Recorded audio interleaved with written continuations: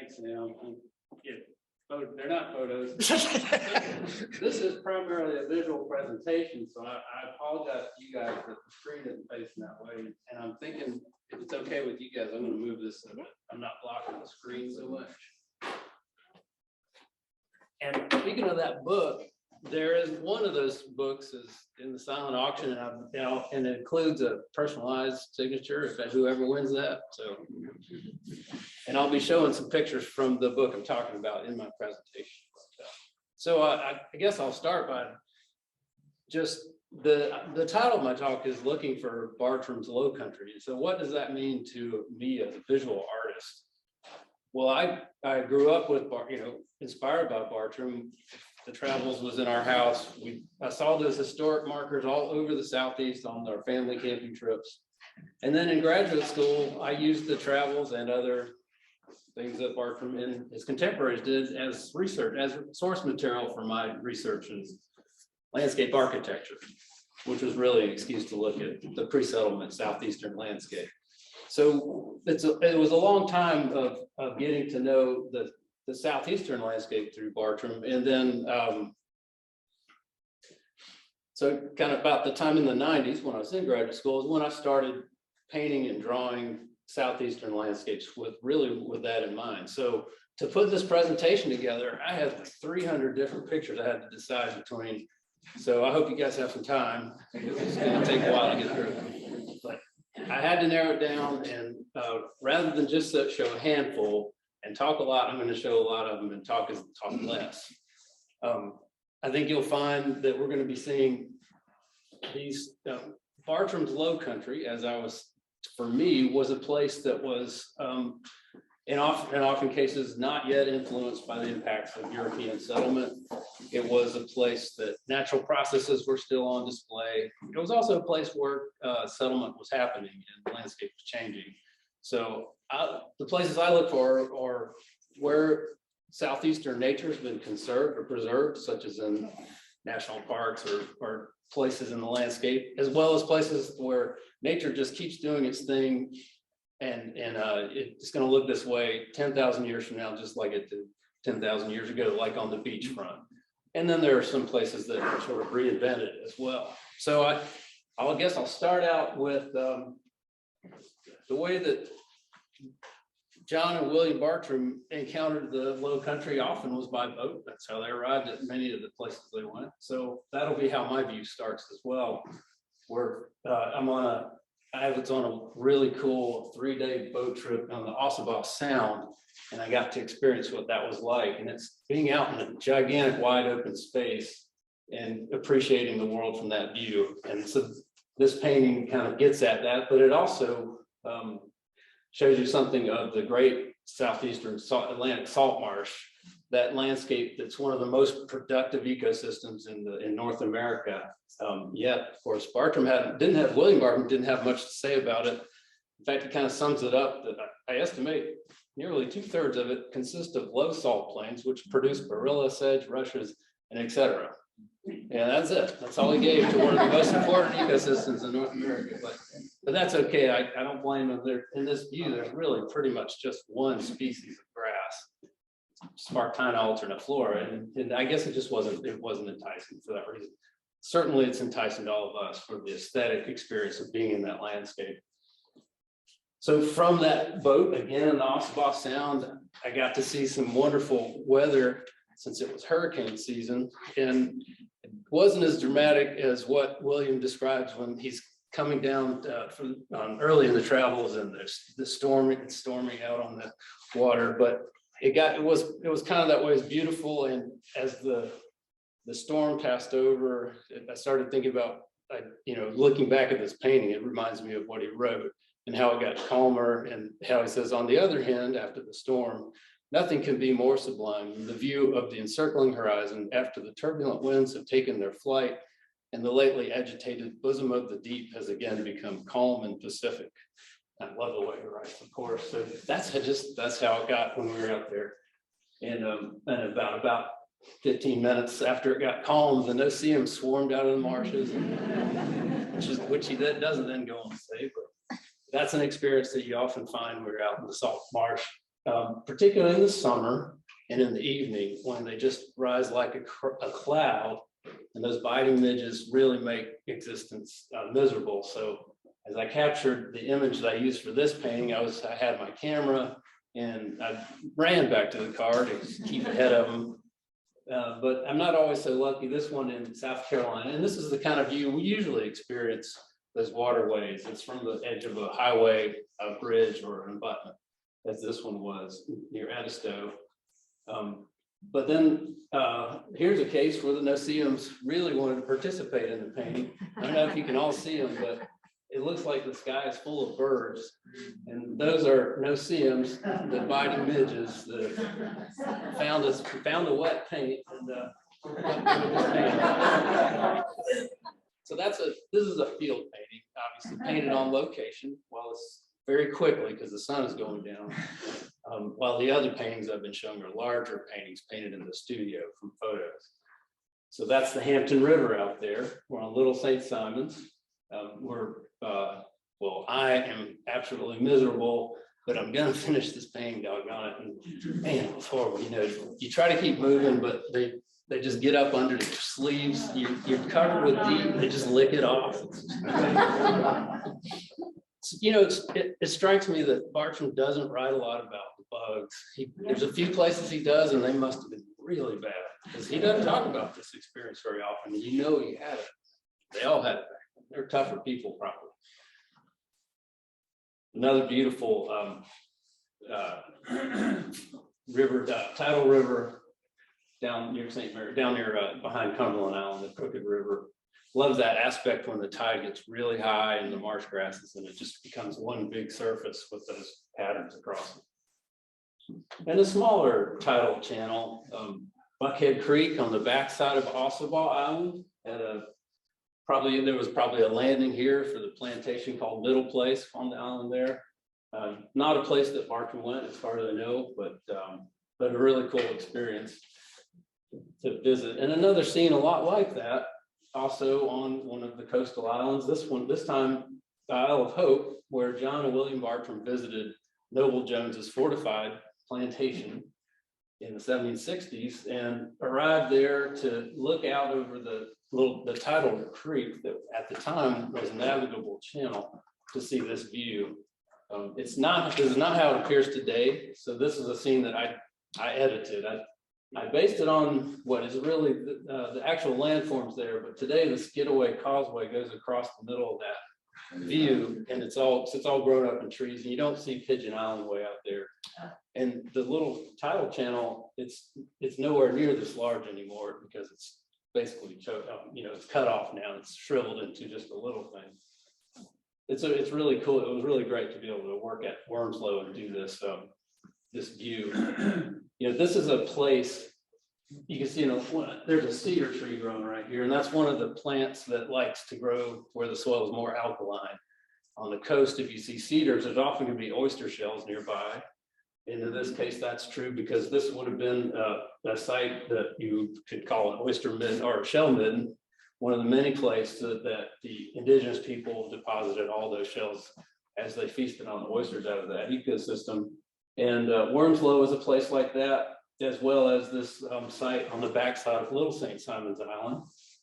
Little St. Simons, by the way, is about 10 miles that way from where we were sitting, so it's pretty nearby. And not a place Bartram went exactly, although who knows, he was here for so long, I bet he did, just didn't write about it. Now, nice to know that, Brad, thank you.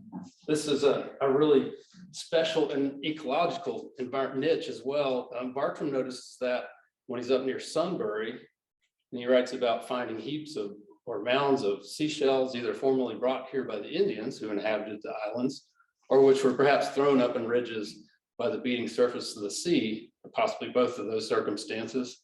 And through length of time and subtle penetrating effects of the air, which dissolve into earth, render these ridges very fertile. And so he was observing that there was a special ecology that went with these sites. And you here again are the cedar trees, and you'll also find, I think, Florida privet, which is an unusual plant to find on the coast here, growing here because the soil is so alkaline. So now that we're on the land, we'll continue on foot. a little transect across a Georgia barrier island, a Holocene barrier island, in this case, Little St. Simons. So we'll go, we're out here, we're on the west side facing the mainland, the protected side of the island. And we're going to go immediately, as we go east, we immediately get into the maritime live oak forest. And on Little St. Simons Island, I think that is one of the best places to experience a Bartram-esque landscape. With this desire that I've always had for a long time to understand like the pre-settlement landscape. Little St. Simons has it in spades because there was never any timber harvesting, not even for ship construction, out of the live oak forest there. So being able to work in that environment really was, again, a Bartram-esque experience. That's the Lowcountry for sure. Beautiful, not only the way of the spaces and the light under that canopy, but the forms of the trees as well. And then in between, then the live oak forest has these openings where the land is a little lower and you get these fantastic wetlands. In this case, one that's so wide and sunny that it's now full of a hibiscus grandiflora, a spectacular plant that if Bartram had gone here, William had gone here in the summer, in August, when these are in bloom, there's no doubt he would have written about this plant. I don't believe he did. I think he sort of mentions one like this down in Florida. But here's a bloom that's the size of a dinner plate, and these plants some of them are overhead for me, like almost twice as tall as I am, and to be among them is truly fantastic. You know, the water's up to mid-length on your cap there. Beautiful, really cool environment. Very much a Bartram experience. As we continue eastward on Little St. Simons, we get into a younger part of the island, into a forest that is developed there on these remnant sand dunes, and it's composed primarily of slash pines. And the slash pines are really good at conducting lightning, so fire was more important in this ecosystem than it was in the maritime live oak forest. Very different aesthetic, but they mix together and they occupy the same island, but it's a wonderful variation in ecology.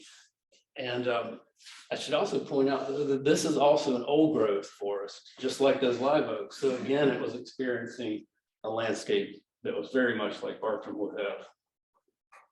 So Little St. Simons, of course, isn't the only barrier island with these environments.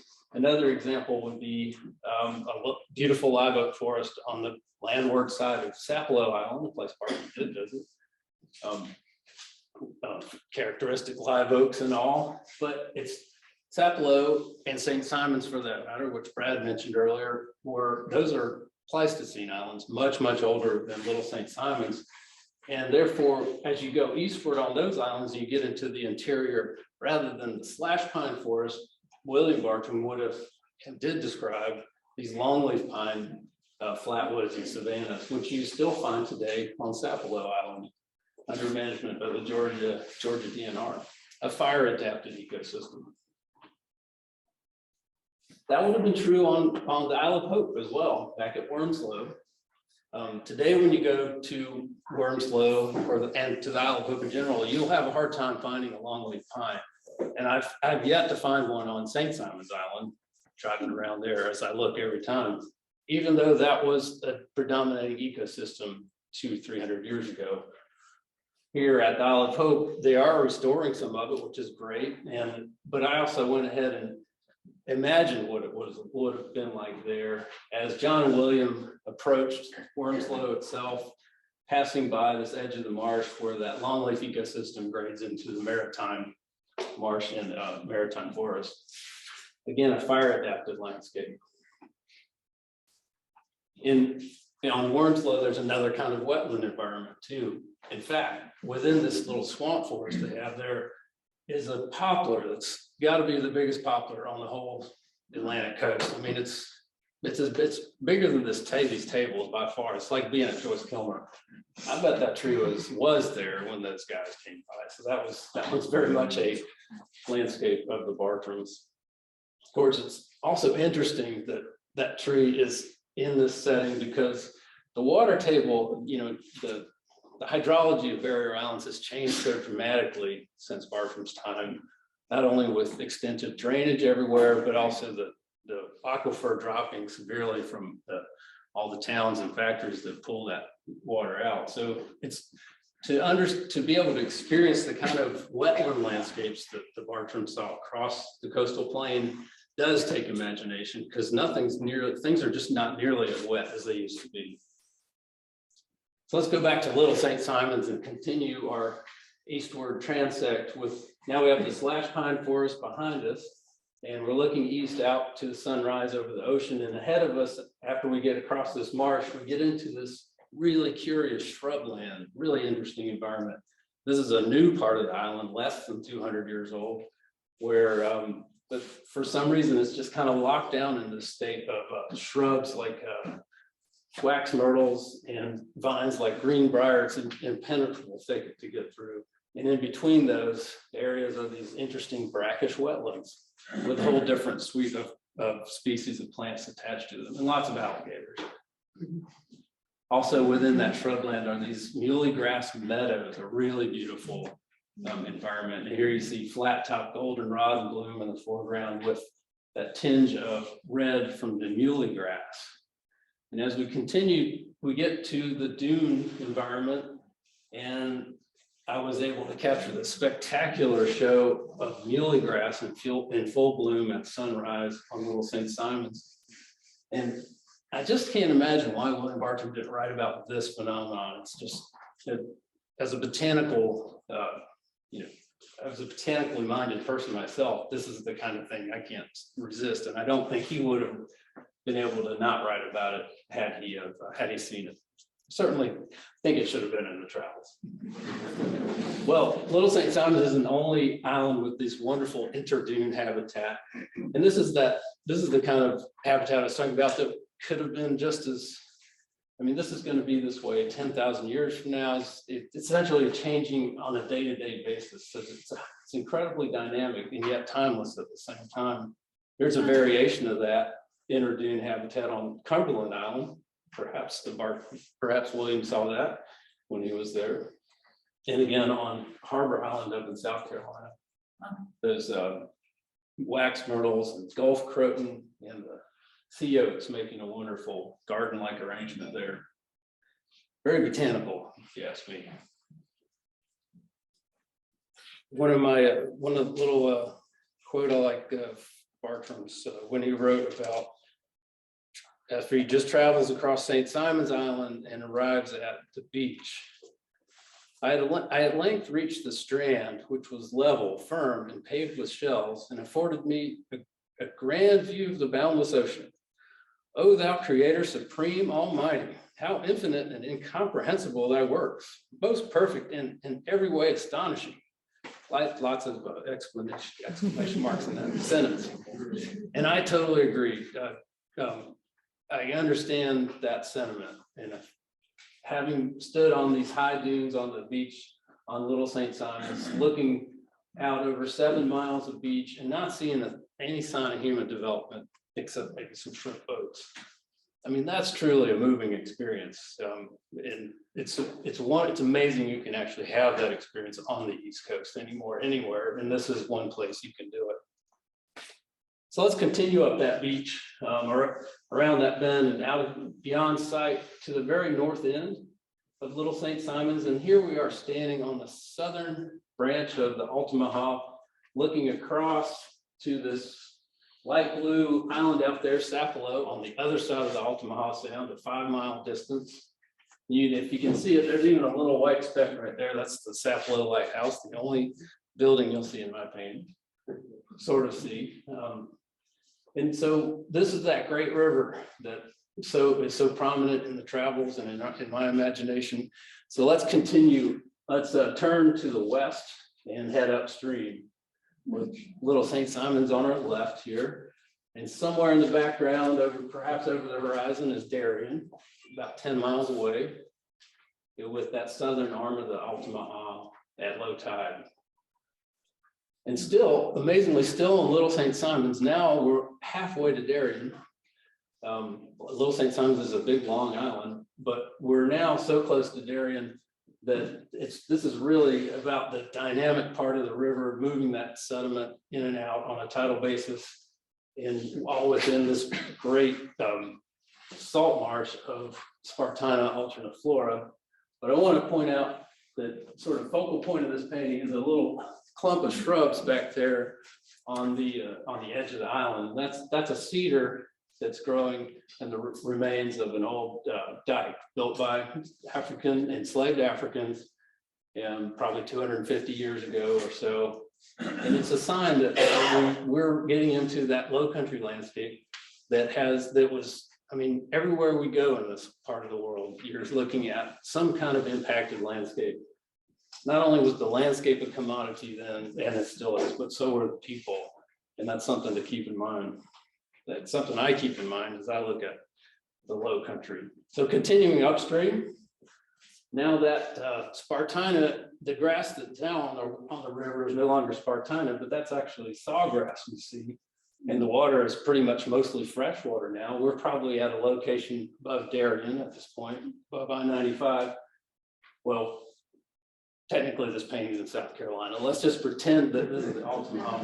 It's the same environment, and the same things are going on. You find the same plant species that transition from salt to fresh as we move upstream. There's some cypresses in the background and some red maples too. And then way back there, the pines and whatnot. Continuing on up and then branching off up to Cathead Creek, I had the chance to go out in the fall in a canoe out there in those rice fields to capture some of the really beautiful aesthetics in that environment. Beautiful and at the same time a little chilling. You know, whenever you see a straight line in a landscape like that ditch right there, you know that you're looking at a ruin and you're looking at the legacy of exploitation of people and landscape. But really what nature does is truly a beautiful thing. I feel more connected with William Bartram and that time in our history when I'm in a landscape like this than I do when I'm in a museum or looking at an artifact. There's something about being in the real environment that still shows those signs of history that really it reaches me. Let's continue up to Altamaha. Now we're out on above the tidal influence, somewhere near Sevilla Bluff. And that river is doing its thing, moving a tremendous amount of sediment downstream. And here we're in the Altamaha bioreserve with a mile or two of swampland on either side of us and stretching up and down behind us for dozens and dozens of miles. We are truly in a wild place here. If you get out there, you're very much experiencing that, except for the motorboats, you would have, what Bartram felt when he was traveling upstream. Not far from there, one of the most incredible forests I've seen on the coastal plain. Just recently, this is the Townsend Wildland Management Area, and some of the trees there are certainly around 1,000 years old, especially these cypresses. I don't know if you can tell from the painting, but that's probably 8 feet across, that buttress there or more, so much bigger than these tables. To be there with a sudden thunder shower was just outstanding experience, outside of time. On up the Altamaha, we'll take a right on the Ohoopee River and go up the Ohoopee a little ways into another swamp forest. And here we see the characteristic form of Ogeechee lime, one of those really important bottomland swamp species. In the fall, with the leaves coming down. And I was doing this little painting, it's about that size, working on it for about half an hour. And then this juvenile barred owl came and perched on the branch. So I couldn't help it, I had to put him in the painting too. I don't usually get animals in my paintings. So just taking a few steps from there, maybe going 100 feet away, you get into a really cool ecosystem, the Ohoopee Dunes.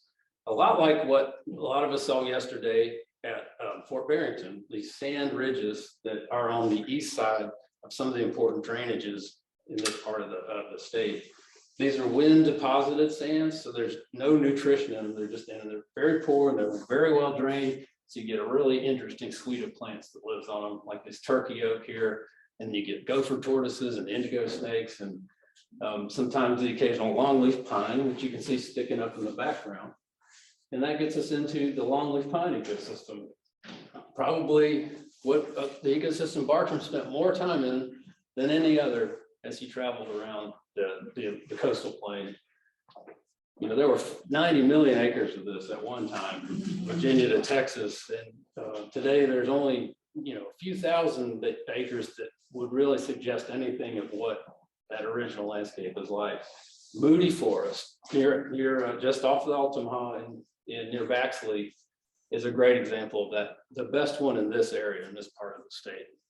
Worth visiting if you can. Because there you'll see these kind of tree forms and characteristics that you get in old growth forest, not at all like the even growth you get in a planted or in a regenerated pine stem. Some more variations of longleaf pine, and these are field paintings. Now we're moving west, going toward what you call, well, Laura Walker State Park, a little further west in Georgia, and then continuing on to a private land holding in near Albany, Georgia, or Albany, Georgia. And it's a beautiful morning, right? And then all the way over to Thomasville, to probably to me, the most inspiring, most Bartram-like landscape in all the Southeast. These are the old growth longleaf pine stands. There's a couple of them in Thomasville that have been maintained with prescribed fire or managed with fire, basically since they came under the management of the European African culture that has moved into the area since the time of the indigenous people who were here first. And because of that, not only do you have these original trees, but you also have the original ground layer cover. This incredibly diverse ecosystem. Sometimes you can get 40 species in a square meter. That's a lot of diversity. And then, of course, the great aesthetics that go with that kind of diversity, plus those long views through an open fire managed landscape. It's just beautiful to be there. It's like being in a cathedral.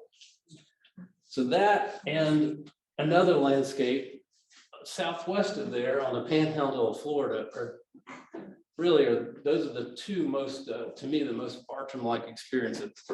This one, because as you read the travels, as Bartram's painting this picture of the coastal plain, over and over again, you hear the word savanna. Savanna, I guess, is a Spanish word meaning a grassland with a few trees in it. And it seems like when I think of the travels, I think of endless green savanna. I think that phrase just comes up over in my mind, comes up over and over again. And it was Apalachicola National Forest was the only place I've ever really seen an on the ground example of that. And here's an absolutely huge, wide open savanna. You know, our feet are a little bit wet because there's some cypresses over there.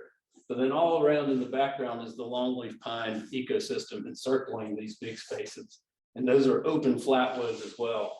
This going there gives you the chance to experience the kind of ecosystems that Bartram saw as he went through really the whole coastal plain.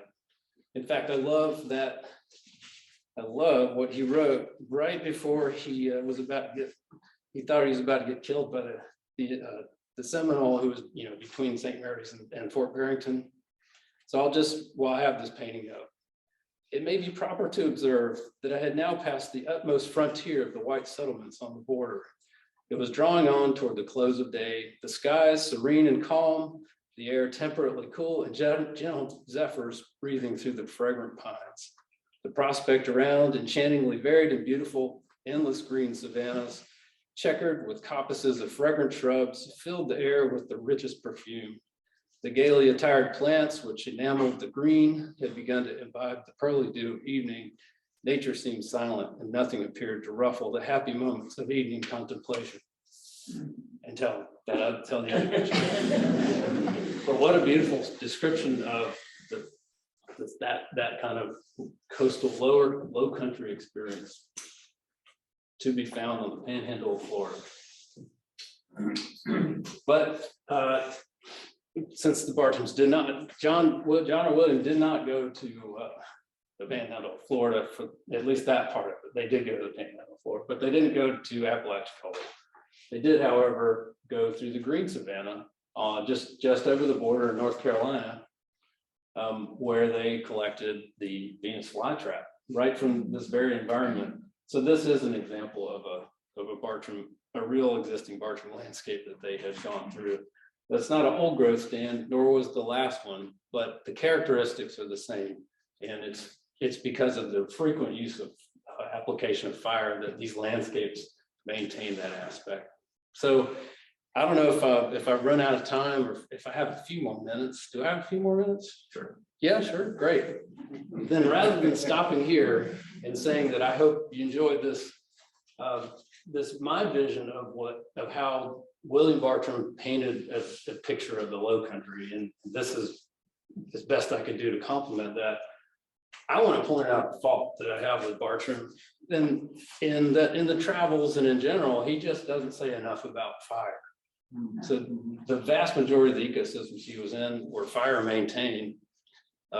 If it was upland or a wetland, it was fire. It had fire in the coastal plain, probably anywhere from every 2 to every 5 years. Low intensity ground fires. And he didn't talk about that much. He mentions it. He mentions it in a way that it sounds like it's as normal as air when he does mention it. So it's there, but he also doesn't understand it. So in my own work, I've included that as a part of my picture of the Lowcountry or the pre-settlement Southeast. And here at Moody Forest, as I mentioned before, painting on prescribed fires and getting an idea of what that aesthetic was like to see in those kind of environments. Prescribed fire moving through the landscape and transforming it from the beautiful places we saw into these really otherworldly environments that are also very beautiful, to me anyway. And here on Little St. Simons with a controlled fire burning through that old growth slash pine forest, and occasionally moving out into the marsh where the wind gets behind it. It does some pretty spectacular stuff. Or over in Thomasville in that old growth longleaf pine with the prescribed fire in those open forest settings where you can really see this dynamic atmospheric display going on. Most of the time, fire, if you had encountered a fire in the coastal plain, it would have been something like that, something creeping along and just slowly transforming it. And of course, a few weeks later, it starts to green up again. So that completes a sort of, in my idea, a view of what the Lowcountry was like in Bartram's time. And I hope you guys enjoyed it and could see it. Yes. Oh, Augusta, that's right. Thank you, honey. This painting and actually the last 3 paintings I showed will be in an exhibit in Augusta, Georgia, at the Morris Museum of Art in June. And if you guys are in the area, come by. It's another great Bartram location. Thanks.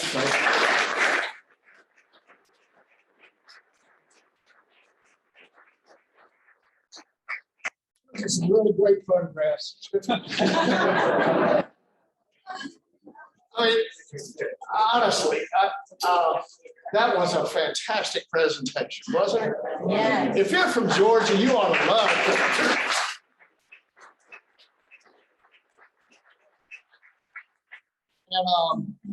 And the passion that he has for the environment and the way that he portrays it in his art is evidently there. So I can only imagine if Philip Juras and William Bartram were contemporaries. Can you imagine? Because part of Bartram's heart lives over there, right? I don't think Bartram had the art that Philip had. No, he felt a little inadequate. Yes, I think he would have. I really do believe that. But thank goodness we have Philip. That's because he didn't have Bob Ross. Lord, that was just wonderful, just wonderful. So would all the members of the officers and board of the Bartram Trail Conference please stand up so we can recognize who you are? Okay, so we got Ken and